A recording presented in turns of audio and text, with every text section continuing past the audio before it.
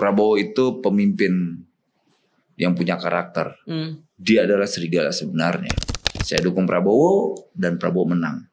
Dan semua yang hina saya nunduk kepala. Loh, saya dihina sama rezim Jokowi kok. Dan saya tahu yang hina-hina saya itu siapa. Dan bahkan sekelilingnya dia yang punya jabatan menteri juga ikut menghina. Bahkan siapa dia sekarang? Dia juga ikut bagian yang menghina anaknya Jokowi. Kita tahu kan kualitas para buzzer-buzzer sampah ini kan nggak punya ideologi, nggak punya duit, ya cuma tahu ngomong duit doang. Atas kasus Fafa juga, wah ada juga tuh. Tanya Erick Thohir itu.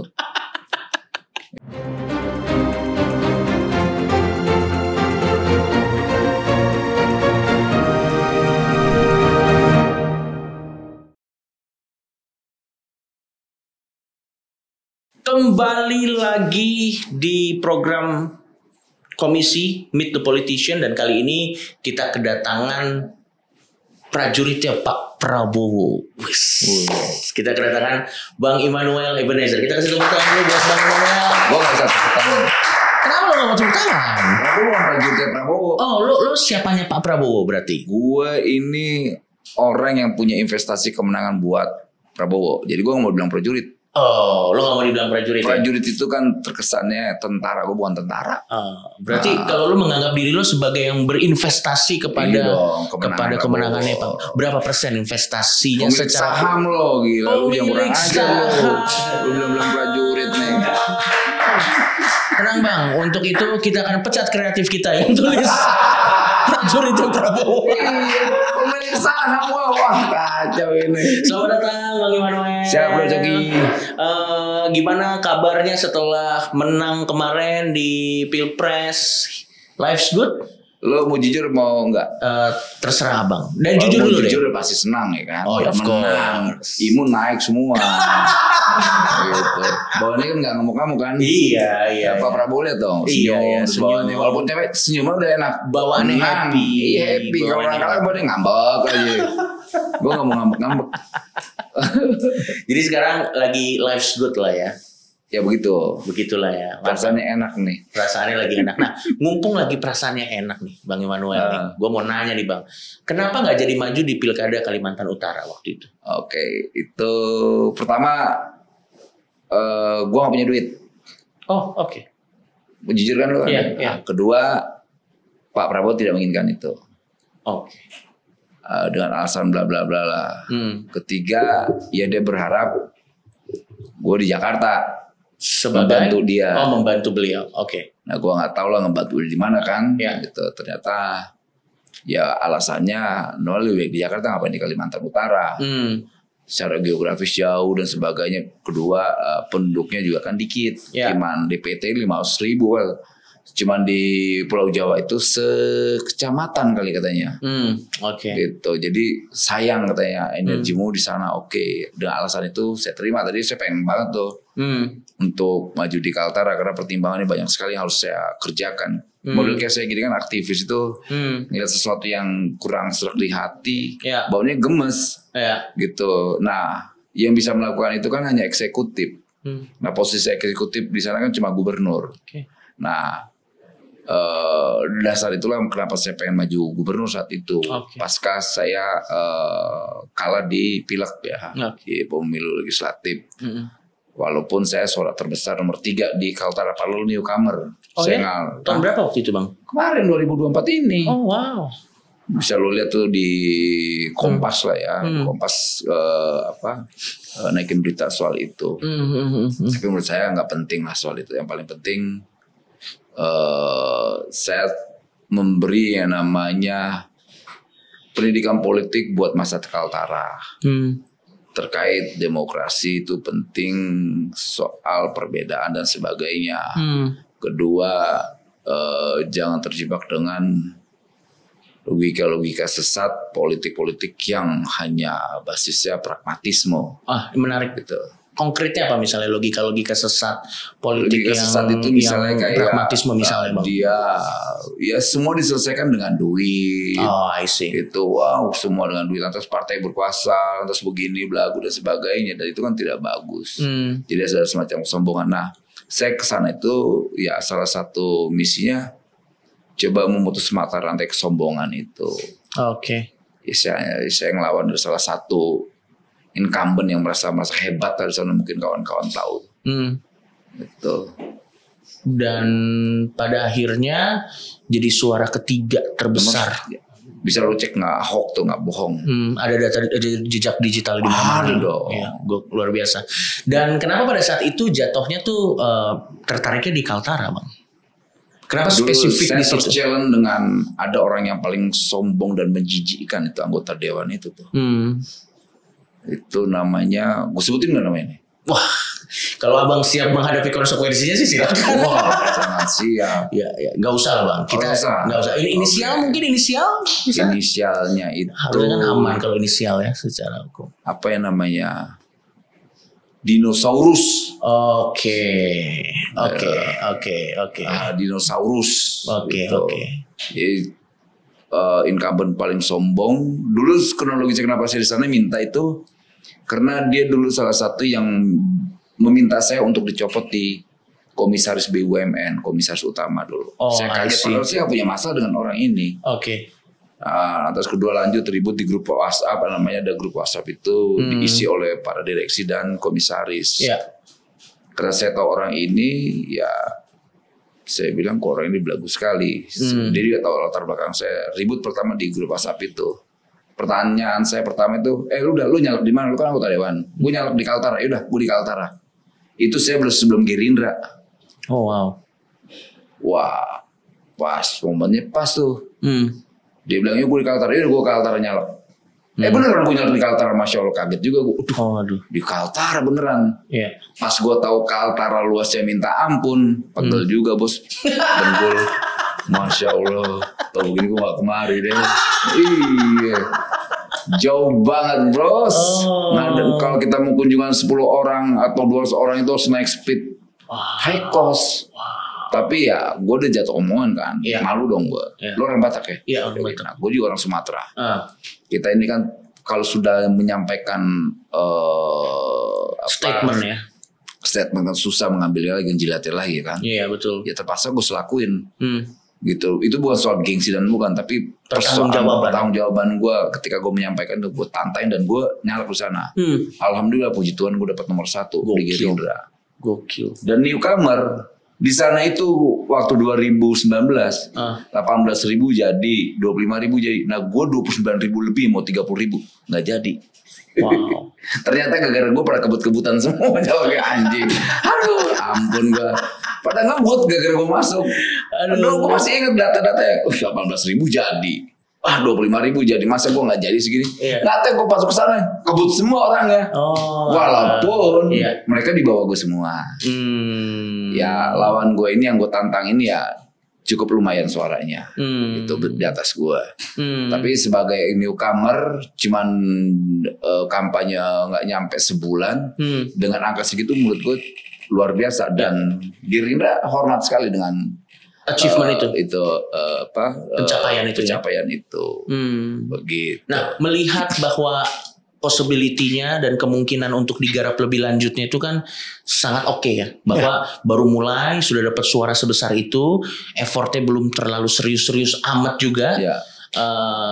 Tapi di satu sisi juga tadi ada arahan lain dari Pak Prabowo yang sampai akhirnya. Dan saat itu posisi saya tuh jadi juru bicara dan juru debat di tim kampanye nasional Prabowo Gibran.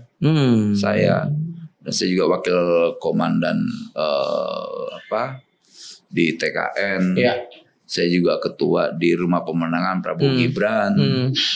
Ya menjadi caleg. Jadi ada 4 itu tanggung jawab saya. Tapi akhirnya saya harus fokus pencalegan saya kan udah malu nih kalau saya terlalu fokus di juru bicara babak belur. Ya, akhirnya saya fokus di situ. Itu sehari bisa 7 kali tuh wawancara media tuh pegel juga. Apalagi pertanyaannya relatif sama semua lagi. Hampir semua sama seharian itu. Terjadwal tuh sejam ya udahlah. Ya gitu. Konsekuensi lah ya. Konsekuensi sudahlah. Itu ya kita ambil tanggung jawab itu kan nggak bisa enggak. Jadi itu. Tapi saat Bang Noel itu begitu patuhnya dengan arahan dari Pak Prabowo, apa yang bikin Bang Noel tuh sangat mengindahkan arahan dari Pak Prabowo untuk akhirnya membantu beliau, walaupun nanti posisinya sebagai apa belum tahu ya di Jakarta. Kira-kira pertimbangan apa yang pasti kan Bang Noel juga punya pertimbangan sendiri sebagai orang yang memang punya kapasitas dan bisa, apalagi backgroundnya juga luar biasa sekali tadi ya. Apa yang bikin Bang Noel tuh oke deh kayaknya saya ikut arahan Pak Prabowo? Gini, ini kan pemimpin ya. Yes. Pemimpin tidak akan mungkin mau menceburkan orang yang dianggap punya potensi dan juga punya kontribusi gitu secara moral dan politik. Gak mungkin. Prabowo ini seorang kesatria lah kita lihat. Karena beliau punya pertimbangan yang rasional. Beliau juga pertimbangan yang strategis lah dalam coba menjaga pemerintahan pertamanya ya. Karena kita kan mau pemerintahan pertamanya dia ini diisi oleh orang-orang yang nyalinya gede, punya integritas dan loyalitas. Kalau integritas punya tapi tidak punya nyali ya percuma juga. Karena kita berhadapan dengan politisi isinya tahu sendiri politisi Indonesia ini kan. Tampangnya sih culun tapi jago kungfu semua ini. Betul. Gitu. Jadi ya Prabowo di pemerintahan pertamanya butuh fighter lah, petarung. Agar pemerintahannya terjaga dengan terhormat. Nah, apalagi kayak saya gini. Saya orang yang pertama mendeklarasikan dukungan ke Prabowo ya, saat itu relawan Jokowi dan aktif 98. Ini saya nggak pakai tedeng aling-aling dulu dukungannya Prabowo. Dan puji Tuhan alhamdulillah respon dia tuh bagus tuh. Padahal saya waktu 2019 sosok yang minta Prabowo ditangkap. Gue nih minta Prabowo ditangkap tuh. Apa perubahannya apa Bang sampai tiba-tiba bisa mungkin buat beberapa orang yang mungkin nggak tahu ceritanya ya, kenapa perubahannya bisa sedrastis itu gitu? Trigger apa yang bikin abang langsung sekarang kita dukung Prabowo gitu? Kita butuh pemimpin yang punya kualitas. Kualitas itu bukan soal fisik dan sebagainya, tapi pengalaman. Beliau ini sudah dihujat berkali-kali, fitnah, dihujat, dijanjiin, ditipu dan sebagainya. Dia tetap fokus dengan tujuannya. Itu kita butuh pemimpin. Dia kan tetap fokus. Dia tidak pernah nengok ke belakang. Itu baru pemimpin. Kita butuh pemimpin yang benar-benar punya watak negarawan. Dia tidak punya dendam. Dia selesai dengan diri sendiri. Waktu saya dukung dia di Kertanegara 4 pada bulan Maret, itu saya sampaikan ke Pak Prabowo langsung. Pak Prabowo, saya ini 2019 ya minta Bapak ditangkap nih Pak. Wah, gue deg-degan juga nih. Pikir, wah gue ngomong gini diusir nih. Gue bilang, kok lempar asbak nih. Mati lah gue nih. Ternyata jawabannya, Noel, saya tidak punya nggak punya waktu untuk bicara masa lalu. Wah, gue langsung, luar biasa orang ini. Nah di situ mulai gue kagum. Gue nih kan nggak bisa ya mengambil pilihan-pilihan politik, apalagi kita aktivis 98 yang dulu berhadapan head to head dengan Orde Baru. Harus rasional dong, nggak bisa persoalan emosional yang gue tunjukin ke depan. Tapi saat itu pilihan rasionalnya ya di Prabowo. Orang ini kan sudah teruji, orang ini sudah terbiasa di kekuasaan, orang ini dengan segala badai apapun Prabowo udah hadepin dan lulus semuanya. Suka atau tidak suka, bahkan lawan-lawan politik harus mengakui itu ya sebenarnya. Harus diakuin. Bahkan dulu salah satu orang yang mencurigai Prabowo akan melakukan kudeta ketika masuk di pemerintahan Jokowi, ya kita juga. Oh iya.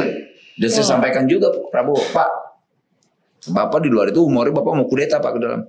Diketahui dong Prabowo. Ada itu beritanya. Gitu. Ya banyak lah situasi-situasi di luar yang saya sampaikan langsung ke Prabowo saat itu. Makanya dengan respon Pak Prabowo yang luar biasa, ya anggap aja orang yang tidak begitu suka dengan dia kan. Tapi ketika dia memaafkan dan dia berdamai dengan realita itu, kan seperti menaruh bara api ke kepala saya. Ih, hebat orangnya. Nah itu mulai rontok saya tuh, ini orang hebat. Mulai di situ saya berjuang. Dan saya bukan mendukung aja, tapi saya mengorganisir orang-orang atau mengorganisir rakyat untuk memenangkan dia. Dan alhamdulillah puji Tuhan itu menang. Itu. Bagaimana dengan tuduhan-tuduhan atau narasi-narasi yang disampaikan atau diutarakan ke orang-orang seperti Abang yang mantan aktivis yang akhirnya ada di sisi Pak Prabowo yang mengatakan bahwa ini pasti dibayar, ini pasti ada gain finansialnya, ini pasti ada gain posisinya. Lo menanggapi itu bagaimana, Pak? Walaupun udah jauh gini. Kita mau melihat itu kan fitnah udah puluhan tahun yang lalu. Oke. Dan fitnah itu kan sudah berkali-kali dilakukan oleh bukan ke saya aja yang mendukung Prabowo, tapi ke Prabowo langsung. Yeah. Prabowo-nya santai, apalagi saya. Bodoh amat gue. Itu gue nggak mikirin gini. Kalau kita mau bicara tentang masa depan bangsa ini, yuk kita bicara tentang masa depan. Jangan bicara tentang masa lalu dong. Gitu loh. Ayo kita bicara tentang masa depan, jangan masa lalu. Jadi kalau kita masih bicara tentang masa lalu, ya kita ini nggak akan pernah menjadi bangsa yang maju. Yeah. Karena kita berkutat pada persoalan-persoalan yang lalu terus gitu. Sedangkan di sisi lain waktu ini berjalan. Yeah. Gitu. Apalagi kita punya target 2045 kita membangun yang namanya kader unggul, Indonesia unggul, bangsa unggul gitu loh. Yeah. Lalu kita mau bicara tentang masa lalu, penculikan ini capek kita. Akhirnya kita tinggalin tuh kayak gitu-gitu. Biar gini, biar sejarah lah yang mencatat nanti ke depan. Karena ini kan tuntutan sejarah. Tuntutan bangsa ini, sejarah hari ini adalah bagaimana Indonesia menjadi bagian negara yang terhormat. Dan kita sebagai pelaku sejarah, mari kita buat sejarah bangsa ini untuk ke depan lebih baik gitu aja. Berarti kalau buat lo sendiri, lo lebih memilih untuk melihat ke depan ya? Iya dong, ngapain ngeliat ke belakang? Kayak Jokowi nggak mau dihajar apa juga, dia tetap nengok kerja bodo amat. Oke. Nah, lo kan juga bikin, kalau menurut tim kreatif kita, lo juga bikin Prabowo Mania. Ya, tadinya itu kan GP Mania, Ganjar Pranowo Mania. Oke. Gitu. Kita bikin lah. Dulu kenapa bikin GP Mania, Ganjar Pranowo Mania? Karena kita dulu nolak yang namanya 3 periode. Oke. Gue marah duluan 3 periode.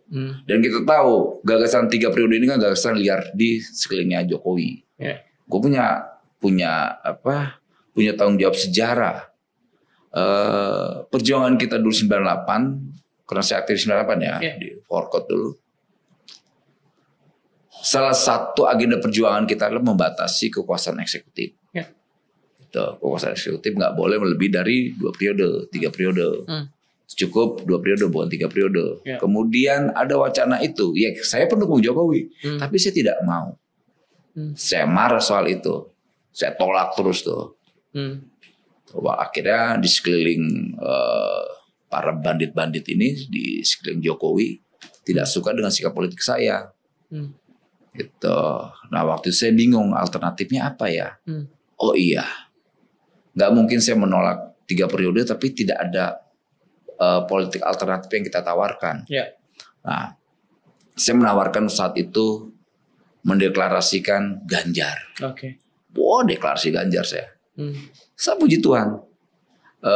Masyarakat menerima itu bagus. Di mana-mana kita deklarasi.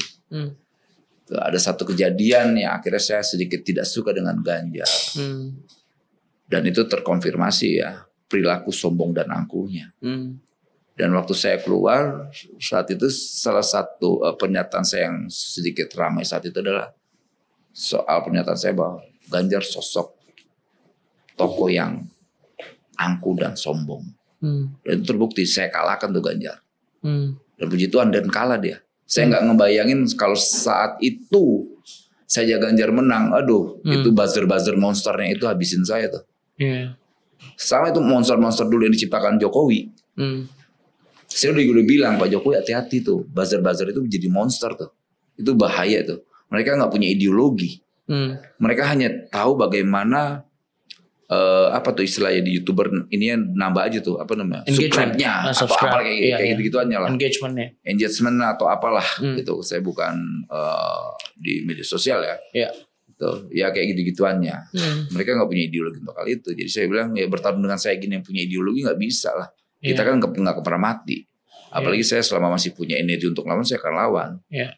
Nah saat itu saya mulai menggeserkan dukungan saya. Tapi ada satu peristiwa sebelum saya geser ke Prabowo. Waktu itu saya mendukung menjadi saksi meringankan kawan saya tuh Munarman. Wah, semua kaget sejagat raya. Saya pendukung Jokowi. Saya kok ngebela Munarman yang anti Jokowi. Gitu loh.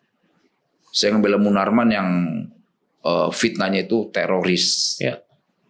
Kemudian saat itu Munarman mau dituntut hukuman mati, paling ringan hukuman seumur hidup. Nah, akhirnya saya hadir di persidangan Munarman untuk menyampaikan pandangan saya.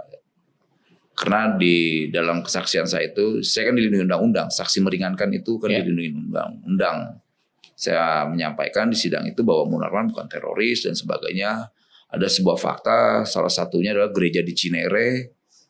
Itu Munarman berkontribusi untuk memberi perlindungan dan terbangunnya gereja.